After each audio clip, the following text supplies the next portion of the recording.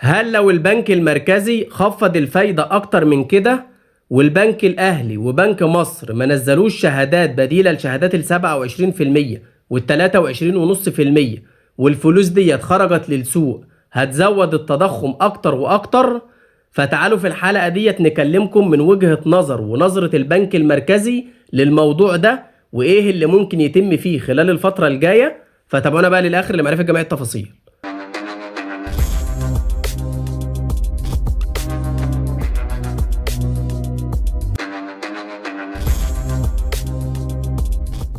السلام عليكم اعزائي متابعي قناه بنوك مصر. قبل اي حاجه بنستاذن حضراتكم طبعا لو تتفرجوا علينا ولسه مش مشتركين في القناه تنزلوا تشتركوا في القناه وتفعلوا خاصيه الجرس على الكل عشان يصلكم كل الاحداث والحلقات الجديده خلال الفتره الجايه لانها مهمه جدا زي ما حضرتك شايف. وطبعا اهم حاجه ما تنسوش تدعمونا باللايك على الحلقه. خلونا بقى نخش في موضوع حلقتنا على طول. وطبعا لا صوت يعلو فوق صوت شهادات ال 27% وال 23.5%، وهل في بديل ليها ولا لا؟ وهل البنك المركزي فعلا هيخفض الفايدة والبنك الأهلي وبنك مصر مش هينزلوا شهادة بديلة للشهادات دي؟ وبالتالي الفلوس ديت لو خرجت للسوق هتزود التضخم أكتر وأكتر ونرجع تاني للدوامة اللي كنا فيها في 2022 و2023. طيب خلونا ناخد الموضوع واحدة واحدة كده. مبدئيا حجم الفلوس اللي في شهادات ال 27% وال 23.5% في البنك الأهلي وفي بنك مصر تقريبا 1.25 تريليون جنيه. طبعا رقم ضخم، رقم ضخم، لكن هل الفلوس دي كلها هتخرج للسوق؟ طيب خلونا نوضح ازاي اصلا بيحصل تضخم. تضخم معناه ان الفلوس ديت كلها فعلا تخرج وتبقى في ايد الناس، والفلوس تبقى كتير جدا في ايد الناس، وبالتالي الطلب هيبقى كبير جدا على السلع وعلى المنتجات ايا كان بقى سلع استهلاكية ايا كان سيارات ايا كان. فطبعا اما الفلوس تبقى كتير في ايد الناس والطلب يزيد على المنتج ده فطبعا العرض هيقل. فأي تاجر وأي شركة وأي مصنع أما العرض بيبقى عنده قليل والطلب كتير جدا بيضطر إن هو يرفع السعر أكتر وأكتر. أي سلعة شحة في السوق طبعا سعرها بيزيد، ومن هنا بيحصل التضخم. التضخم معناه ارتفاع متتالي ومستمر في أسعار السلع والمنتجات، وبالتالي كل ما تزيد أكتر وأكتر التضخم هيزيد أكتر وأكتر. طيب هل الفلوس ديت كلها لو ما نزلش شهاده بديله وعجبت الناس والناس جددت الشهادات دي والفلوس ديت كلها خرجت للسوق هتزود التضخم؟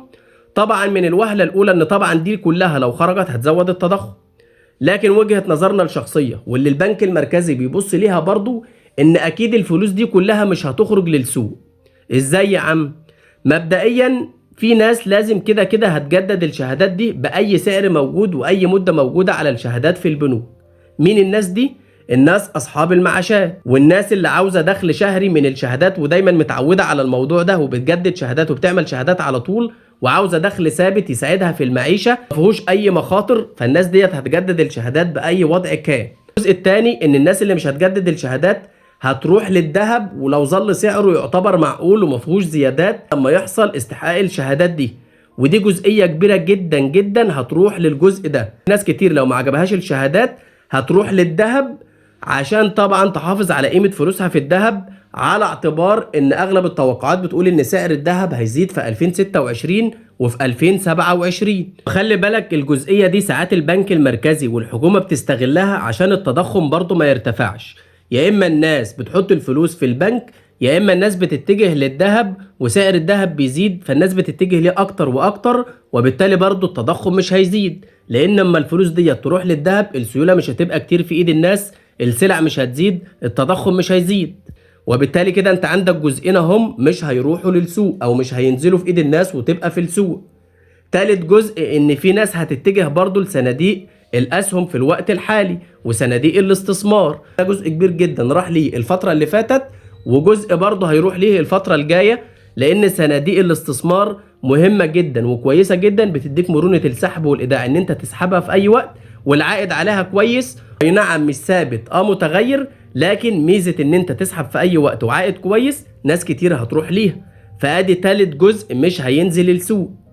الجزء اللي بعد كده وهي الناس بقى اللي مش هتروح للحاجات دي كلها وهيبقى في ايدها الفلوس وهتروح للسوق، فده طبعا هيزود التضخم. هيزود التضخم لكن مش بالقدر اللي لو التريليون وربع نزلوا السوق كلهم، وبالتالي البنك المركزي بيبص للنقطة دي، ان مش كل الفلوس ديت هتنزل للسوق. والنقطة التانية اللي البنك المركزي بيبص ليها ودايما بيتكلم عليها في تقرير لجنة السياسات النقدية، ان البنك المركزي بيبص للتضخم المستقبلي مش التضخم الحالي ولا التضخم بتاع الماضي. فالبنك المركزي وتوقعات التضخم ان هو هيقل في 2026 ويبقى في حدود ال 8%، هو دلوقتي 13.5%.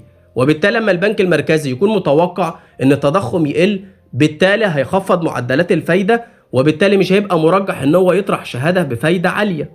طيب ايه الدليل على كده؟ الدليل زي ما حصل في 2016 في اول التعويم، والبنك المركزي ألزم البنك الأهلي وبنك مصر ان هم ينزلوا شهادة بفايدة 20% لمدة سنة، وساعتها كان الفايدة على الشهادات 11% و10% بالكتير، فكانت طبعا الجاب ما بين الشهادتين كبير جدا، وكانت الشهادة يعتبر ساعتها عالية جدا. طيب ايه اللي حصل بعدها؟ اللي حصل ان لما التضخم انخفض اكتر واكتر، البنك المركزي لغى الشهادة ديت، والبنك الاهلي وبنك مصر لما الشهادات ديت خلصت ما جددوهاش تاني، ورجع التضخم تاني ينخفض، والفايدة في البنك المركزي ظلت تنخفض اجتماع بعد اجتماع لحد ما وصل الفايدة في البنك المركزي تقريبا 8.8%، وكان اعلى شهادة ساعتها 11%. طيب هل البنك المركزي ساعتها والبنك الاهلي وبنك مصر قلقوا ان الفلوس بتاعت ال 20% دي في 2016 وفي 2017 تخرج للسوق وتزود التضخم؟ لا، لان كان نفس اللي بيحصل دلوقتي. كانت توقعات ان معدل التضخم ينخفض، وبالتالي ما جددوش الشهادات دي وما نزلوش شهادات بديلة ليها لمدة سنة، وده اللي حصل. حصل نفس الفكرة بقى في 22 وفي 23، والتضخم ارتفع ونزل الشهادات ديت، والبنوك بعدها جددتها عشان كان التضخم عالي. وبالتالي نفس الفكرة هتحصل دلوقتي، وده اتجاه البنك المركزي وده اتجاه البنك الأهلي وبنك مصر، بناء على أغلب التقارير وأغلب التوقعات إن هي بتقول إن البنك المركزي هيخفض الفايدة 2026، وفي الأغلب البنك الأهلي وبنك مصر مش هينزلوا شهادة لمدة سنة بديلة لشهادات ال 23.5% وال 27%.